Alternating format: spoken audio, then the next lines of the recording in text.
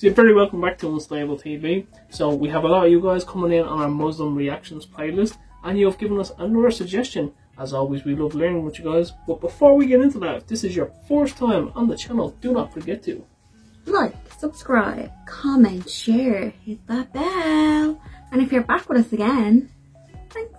So what are we reacting on today, Danielle? So today, James, we are going back to basics because we have a lot to learn about every religion, including this one. This is 10 basic beliefs in Islam. So let's get into this together. Let's go.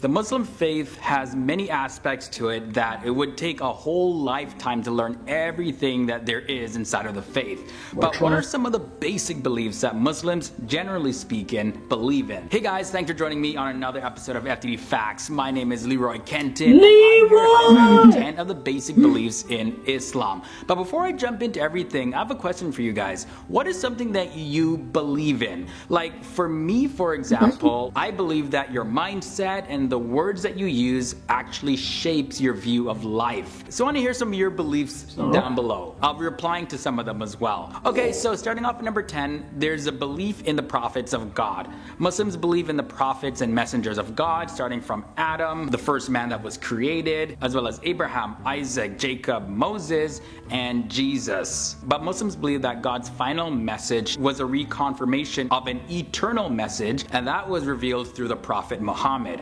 Muslims believe that the Prophet Muhammad is the last prophet sent by God, and they believe that God said, Muhammad is not the father of any one of your men, but he is the messenger of God, the last of the prophets. And that's found in the Quran, Surah 33, verses 40. Muslims, on top of that, they believe that all of the prophets and messengers were created human beings who didn't have any divine qualities, just 100% human beings. The next belief is the Al-Qadar. Muslims believe in Al-Qadar, which is divine predestination. But this belief of divine predestination doesn't mean that human beings do not actually have free will. Rather, what Muslims believe is that God has given human beings free will, and that human beings are the ones responsible for their choices. And now the belief in divine predestination includes the belief in four main things. One, that God knows everything, and he knows what has happened in the past and what will happen in the future. Two, God has recorded every single thing that has happened and that will happen. And three, whatever God wills to happen is going to happen regardless of what anybody else wants to happen. And four, God is the creator of everything. The belief number 8 is the oneness of God. This is a central focus in the religion of Islam, that Muslims believe that God is the creator of all things, and that God is all powerful and all knowing, and God has no offspring, no gender, no nationality, no physical body or anything like that. Muslims also stress that God isn't Jesus and Jesus is not God, so they vary from the Christian faith in that sense. Then there is the belief in God's revealed books. So Muslims believe that God revealed books to his messengers and prophets to prove to humans that God is actually guiding the affairs of humans. Of course, there's a Muslim holy book, the Quran, that Muslims believe were divine words that were revealed to the Prophet Muhammad. And there's also beliefs in the scriptures that were given to the Jews and the Christians as well. However, those were seen as being corrupted, and that the Quran reveals the final message, as well as fixes any sort of errors that may be found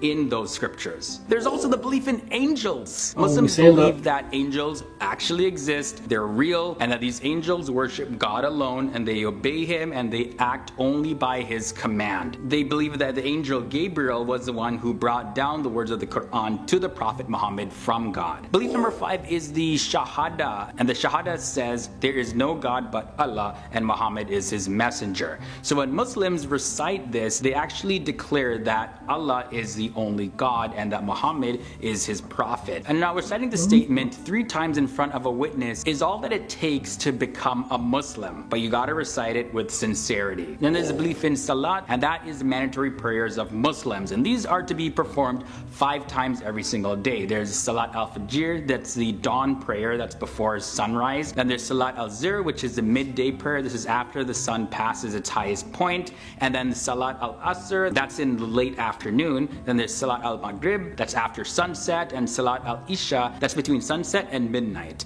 Now, Muslims also must be clean before they pray, and they do this by performing a ritual washing called wudu. Zakat is the belief at number 3, and this is the compulsory giving of a certain portion of your wealth to charity. Now, zakat does not just refer to charitable giving that you just give based on your own kindness and generosity, but there's actually a system to follow for this. Usually the amount given is 2.5% of one's wealth each year. And the wealth includes income that you get from your job, income properties, businesses, etc. And the second belief is Saum. This is the fasting that Muslims do. Muslims are required to fast during the month of Ramadan. That's the 9th month of the Islamic calendar. During the month of Ramadan, all adult Muslims must give up certain things like food or drink, smoking, sexual activity, but they're not required to fast all day. They're just to fast from sunrise to sunset. But for the Muslims who are physically or mentally ill, they'll be excused at times from taking part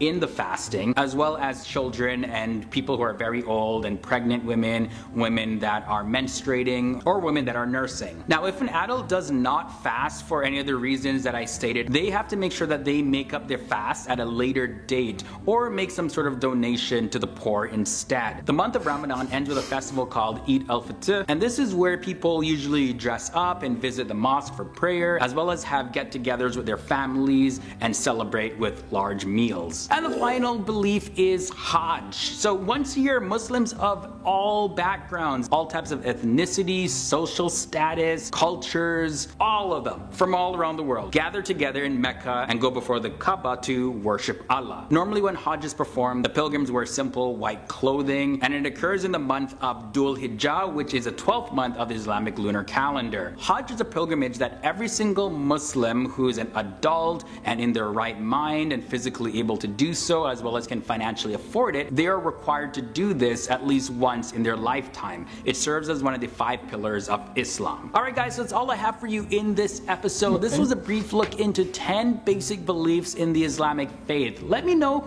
also some of your beliefs. Well, you bit to learn there on them 10 facts. So first off, a very big shout out to ours in content creator. Make sure you check him out, give him a like, subscribe and share and all that good YouTube stuff. Shout out to you guys for sending this through.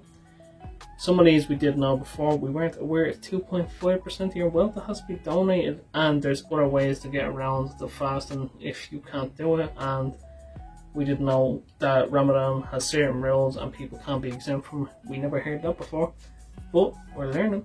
What do you think of that, Danielle? Well, I knew women that were menstruating and pregnant didn't have to fast because they can't. Yeah. I mean, their body literally can't do that. I didn't know that you could.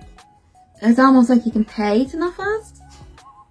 That's a bit mind blowing to me. It's like you can give money to charity. Now, does charity mean any charity at all? Like you can give money to like Dogs Trust, or does charity just mean it has to be like in the mosques? What type of charity is it, or is it just anything in general? I also didn't know you have to wash your face before you prayed. No, I didn't know that. The 5 times a day praying. How can some people pull that off? That's crazy. I've seen in certain religions they pray probably once a day, but 5 times a day? Yeah. That's very wild to me. Let us know down in the comments down below, what's that like? Like how do you get anything done? Yeah. What happens if you're working like a 9 to 5 and you have to pray like 3 times during that space? Yeah. How does that work? Can you like do your prayers later? Can you do it later on, or what happens there? Let us know.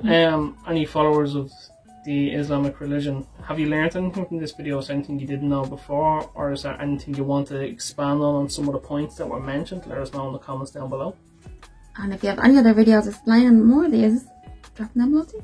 It's been our 2 cents, and we'll chop ourselves out of this.